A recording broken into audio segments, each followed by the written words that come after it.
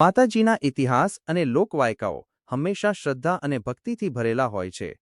જો કે હિન્દુ ધર્મ કે લોક સાહિત્યમાં શક્તિના વિવિધ સ્વરૂપો જેમ કે મેલડીમાં અને ખોડિયારમાં વચ્ચે ક્યારેય સાચો ઝઘડો કે વૈર હોતું નથી. તેઓ એક જ આદ્ય શક્તિના જુદા જુદા સ્વરૂપો છે. પરંતુ લોકવાર્તાઓમાં ઘણીવાર પરચા અથવા શક્તિ પ્રદર્શનની વાતો આવતી હોય છે, જેમાં દેવીઓ પોતાની શક્તિની ઓળખ કરાવે છે.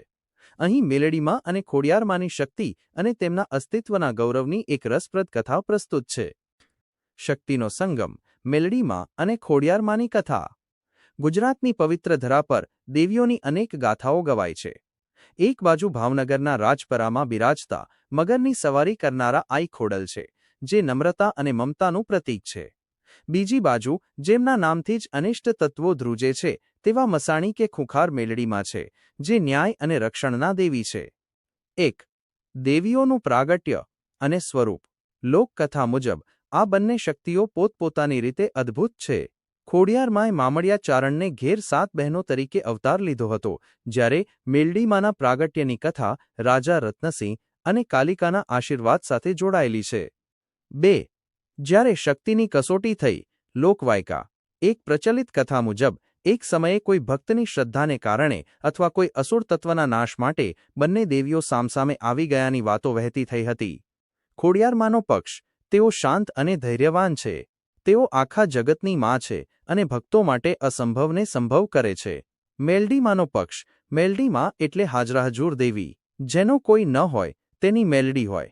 તેઓ ઉગ્ર સ્વભાવના મનાય છે, કારણ કે તેઓ અન્યાય સહન કરતા નથી. લોકજીભે કહેવાય છે કે જ્યારે બંને શક્તિઓ વચ્ચે કોણ મોટું?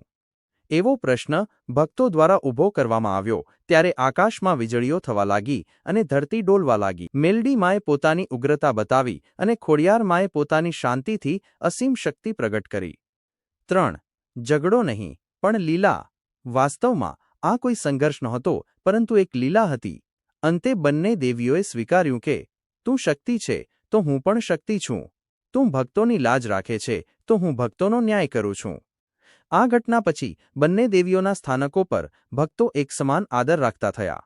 મેલડીમાંએ સ્વીકાર્યું કે ખોડલ આખા જગતની આસ્થા છે અને ખોડિયારમાંએ આશીર્વાદ આપ્યા કે જે મેલડીને માનશે તેના પર ક્યારેય આફત નહીં આવે. નિષ્કર્ષ.